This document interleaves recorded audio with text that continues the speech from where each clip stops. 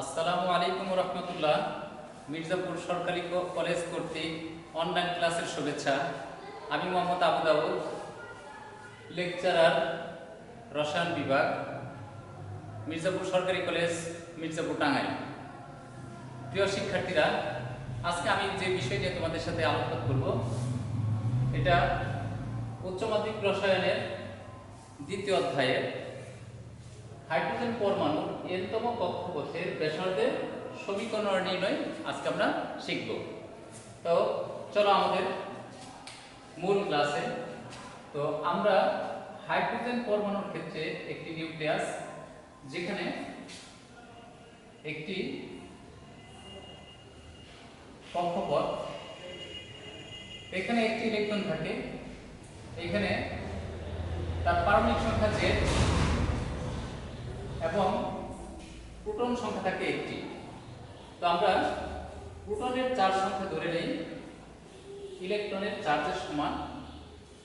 তাহলে এই নিউক্লিয়াসের চতুর্পাশে ইলেকট্রন যে পরিভ্রমণ করে, এই ক্ষেত্রে আর ব্যাসার্ধের বৃত্তাকার পথ, এখান থেকে যদি আমরা নিউক্লিয়াস থেকে এই কক্ষপথের ব্যাসার্ধ r ধরি এবং ইলেকট্রনটির ভর যদি m ধরি এবং এটি যদি v রৈখিক বেগে ঘূর্ণন করতে থাকে, তাহলে এই ইলেকট্রনটির কেন্দ্রমুখী বল কুলম্বের সূত্র অনুসারে লেখা যায়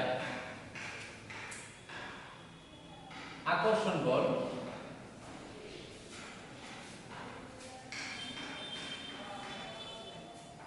F Z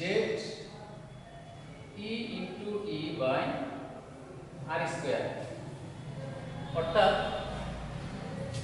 আমরা কুলম্বের সূত্র জানি Q1 এবং Q2 এই দুটি বস্তু যদি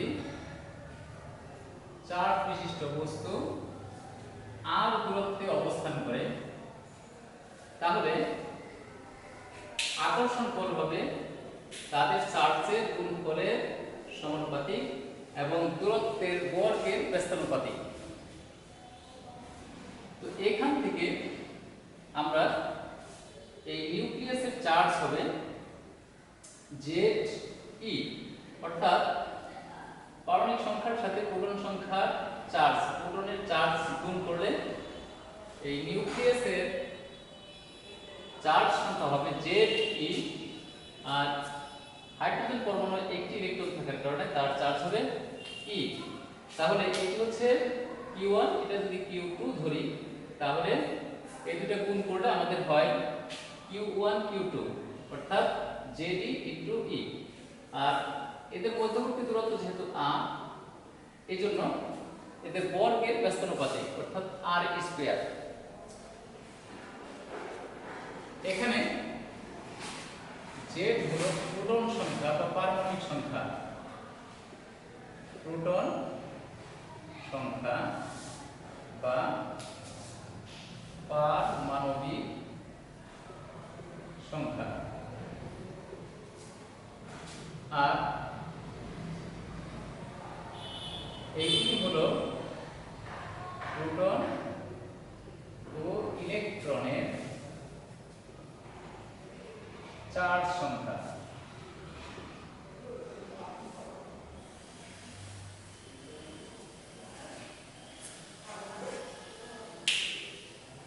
তাহলে এই Z কি হচ্ছে নিউক্লিয়াসের চার্জ সংখ্যা, মোট চার্জ সংখ্যা, আর ই হচ্ছে ইলেকট্রনের চার্জ সংখ্যা। এরপর এটাকে আমরা 1 নম্বর সমীকরণ ধরি। এখন একটি m ভর বিশিষ্ট ইলেকট্রন যদি v রৈখিক বেগে নিউক্লিয়াসের চতুর্পাশে পরিভ্রমণ করে, তাহলে কেন্দ্র বিমুখী বল, কেন্দ্র বিমুখী বল হবে mv² r। এখানে m হচ্ছে ইলেকট্রনের ভর, b হচ্ছে রৈখিক বেগ, আর ব্যাসার্ধ দূরত্ব, এখানে ইলেকট্রন থেকে নিউক্লিয়াসের দূরত্ব। এটাকে আমরা 2 নম্বর সমীকরণ ধরি। এখন আমরা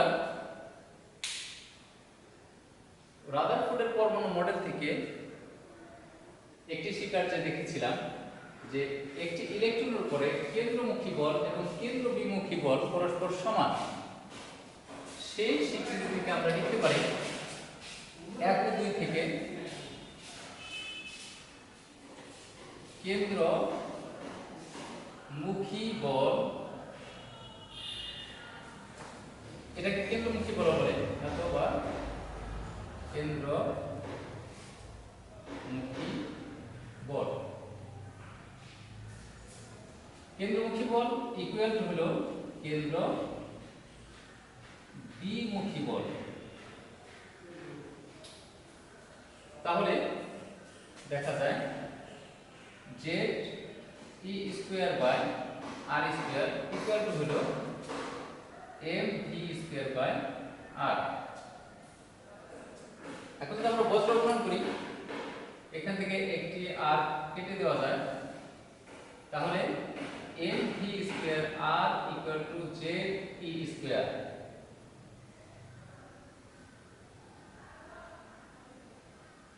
তাহলে আমরা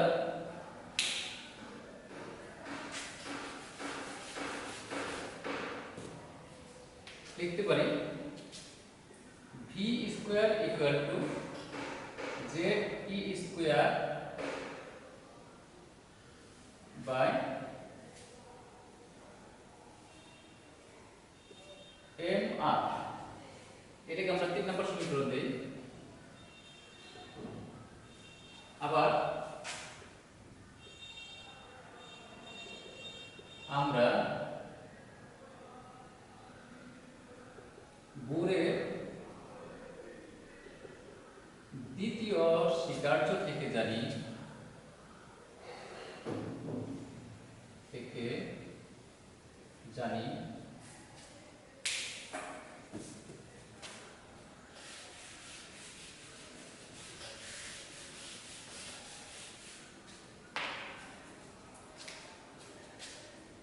mvr equal to nh by 2h²। অর্থাৎ একটি পরমাণু কৌণিক ভরবেগ nh by 2h² এর সমান বা তার সরল গুণিতক, অর্থাৎ h by 2h² এর সমান অথবা সরল গুণিতক। এখানে m ইলেকট্রনের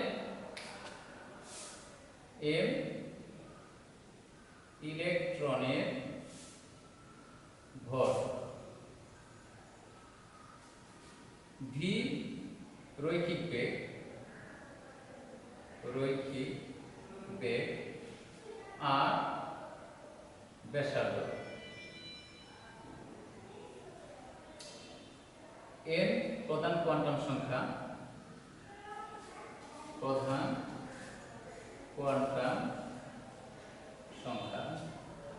h প্লাঙ্কের ধ্রুবক,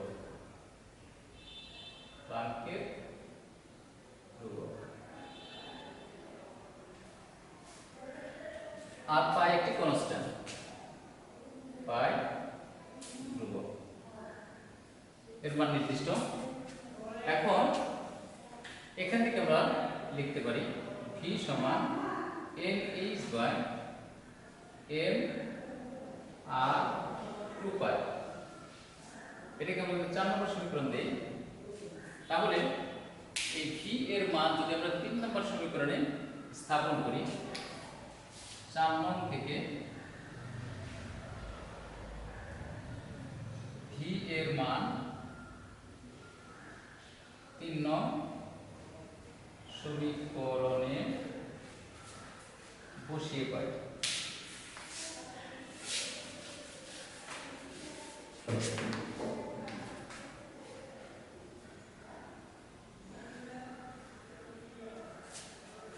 তাহলে তারা nh by 2 pi m r তার square equal to z e square by m r. এখন n square h square by 4 pi square m r into m r equal z e square by m r. তাহলে এখান থেকে M R যদি আমি উভয় পক্ষ থেকে বাদ দিয়ে দিই তাহলে দাঁড়ায় 4 pi square m r z e square equal to n square h square বজ্রগুণন করে একান্তর বজ্রগুণন করে আমরা এটা পেয়ে থাকি। এবার r সমান হবে n h by h square by 4 pi square m আর জেড ই স্কয়ার।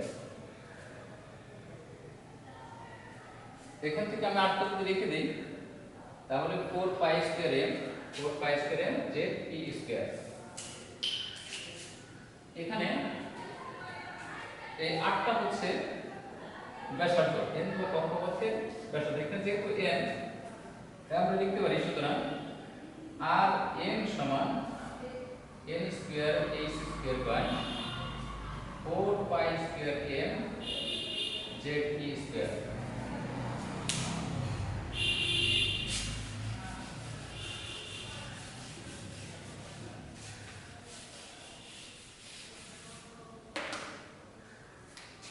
এটাকে যদি আমরা 5 নম্বর সমীকরণ দেই তাহলে এই 5 নম্বর সমীকরণে হচ্ছে হাইড্রোজেন পরমাণু n তম কক্ষপথের ব্যাসার্ধের সমীকরণ।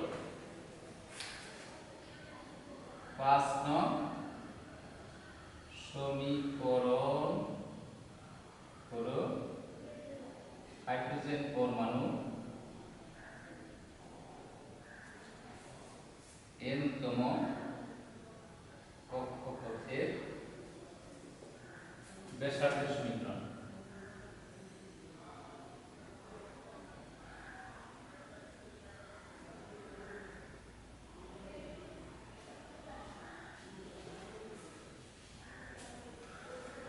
এখন আমরা দেখব প্রথম কক্ষপথের ব্যাসার্ধ সমীকরণের সাথে এটার সম্পর্ক তৈরি করব। প্রথম কক্ষপথের সাথে n তম কক্ষপথের সম্পর্ক। প্রথম কক্ষপথের ব্যাসার্ধের সাথে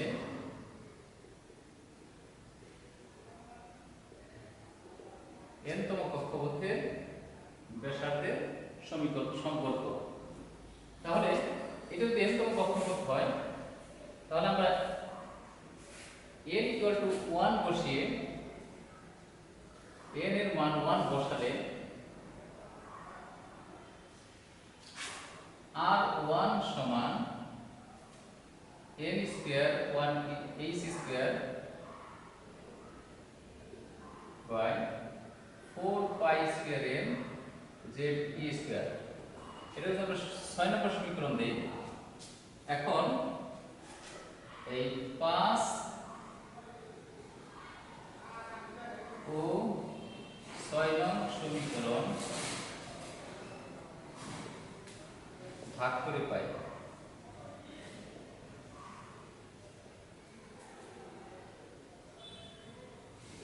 আর m divided by r1 equal to n square h square by 4 pi square m z e square divided by h square। এখানে যদি আমরা 1 এর বর্গ করি 1 ই হয়, h square divided by 4 pi square m z e square. এখান থেকে যদি আমরা সরল করি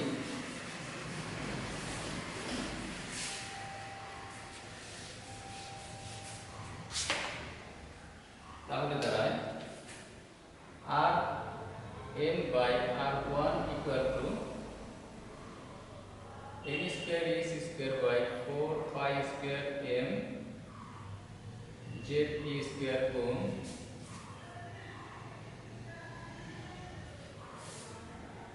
4 pi square m z e square by h square.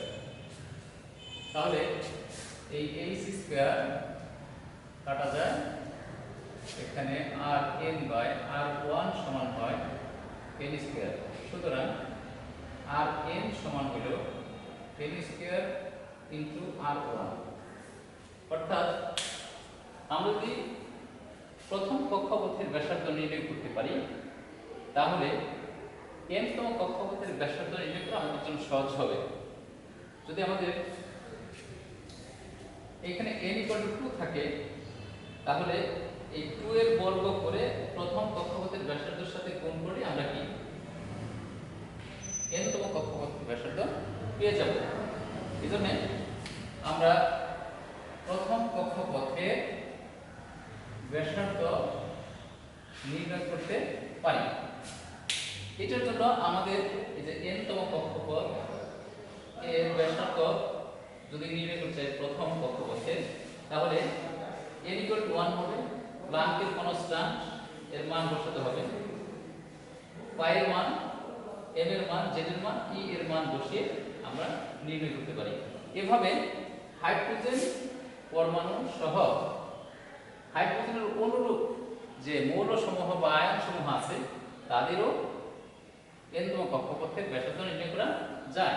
যেমন হিলিয়াম পরমাণু, লিথিয়াম পরমাণুর আয়ন, এই helium ion, lithium ion, beryllium, 3+ ion, এদের প্রত্যেকেরই একটি করে ইলেকট্রন থাকে কক্ষপথে।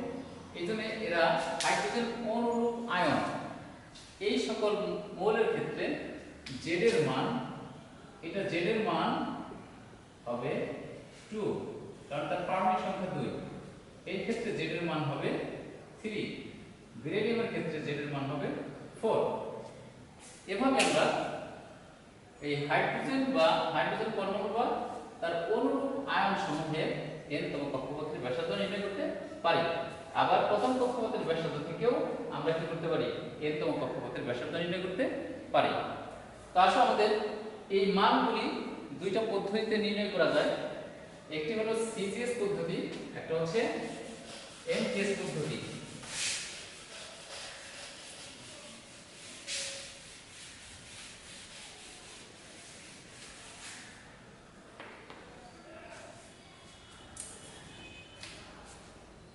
এখানে এই আর এটা হলো ব্যাসার্ধ,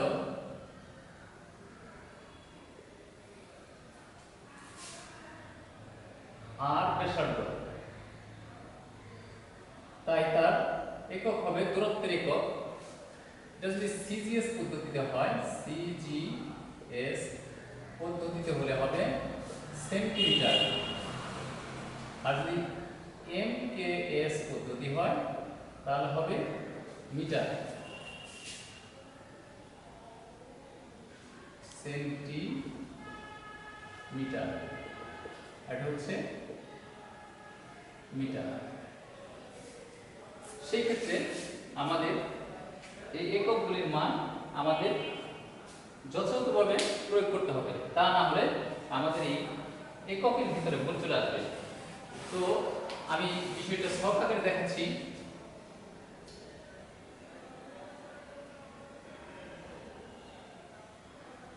ব্যাসার্ধ যখন সিজিএস পদ্ধতি বা এমটিএস পদ্ধতিতে আমি নির্ণয় করব যে কোনো একটা পদ্ধতিতে, তো প্রথমেই আমি লিখি সিজিএস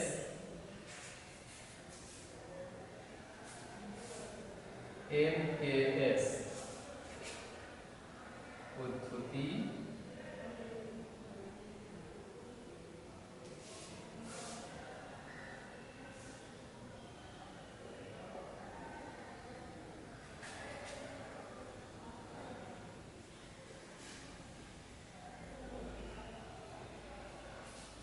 যেমন এই n এর মান ইকুয়াল টু 1 হবে, এই ক্ষেত্রে n এর মান 1 হবে একই। এখানে h এর মান, এটা হচ্ছে h হচ্ছে প্লাঙ্কের ধ্রুবক, h হচ্ছে প্লাঙ্কের ধ্রুবক, এর মান হবে সিজিএস পদ্ধতিতে 6.626 into 10 to the power minus 27 erg second. আর এই একই মান যদি আমি s কে m কেস পদ্ধতিতে বের করতে চাই তাহলে 6.626 into 10 to the power minus 34 joule second. তাহলে এখানে লক্ষণীয় বিষয়, প্রথম অংশ একই কিন্তু পাওয়ারটা ভিন্ন, এটা আমাদের মনে রাখতে হবে। তারপরে আসো পাই এর মান একই, পাই 314, এখানে পাই ধ্রুবক 314, এটার ভিতরে কোনো পরিবর্তন নেই। তারপর আসো ভর m সমান 9.1 ইনটু 10 টু দি মাইনাস 28 গ্রাম, আর এই ক্ষেত্রে 9.1 into 10 to the minus 31 KG. তাহলে এখানে হবে গ্রাম একক এই m এর ক্ষেত্রে, আর এখানে হবে কেজি। তারপর z এর মান কনস্ট্যান্ট, এখানে আমি আগে দেখিয়েছি যদি হাইড্রোজেন হয় তাহলে 1, হিলিয়াম পরমাণু হলে 2, লিথিয়াম আয়ন হলে হিলিয়াম আয়ন হলে যদি এই 1 ইলেকট্রন বিশিষ্ট পরমাণু হয়। আর ই এর ইলেকট্রন এর ক্ষেত্রে, চার্জের ক্ষেত্রে আমাদের কি করতে হবে, মানটা এই ক্ষেত্রে 4.8 into 10 to the minus 10 ESU। আর এই m কেস পদ্ধতিতে যেটা আমাদের জানতে হবে সেটা হচ্ছে কি 1.6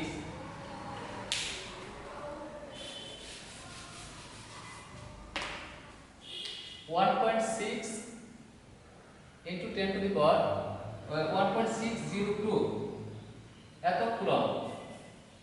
এই ক্ষেত্রে আমাদের 10 টু দি পাওয়ার মাইনাস 19 এত কুলম্ব, এই ক্ষেত্রে আমাদের এই মানটা বসাতে হবে। তো আশা করি তোমরা এই হাইড্রোজেন সহ অন্য আয়নের যে ব্যাসার্ধ তা তোমরা সহজেই নির্ণয় করতে পারবে। এভাবে আমরা এই মানগুলি, যদি এই মানগুলি ওই সমীকরণে স্থাপন করি তাহলে আমাদের সিজিএস পদ্ধতিতে আর এর এককের মান বের হবে, এই ব্যাসার্ধ নির্ণয় হবে। আশা করি তোমরা আমার এই আলোচনা থেকে কোনো হাইড্রোজেন পরমাণু বা তার অনুরূপ আয়নের এর কোনো কক্ষপথের ব্যাসার্ধ নির্ণয় করতে সক্ষম হবে। আজকে পর্যন্ত আল্লাহ হাফেজ। আসসালামু আলাইকুম রহমতুল্লাহ।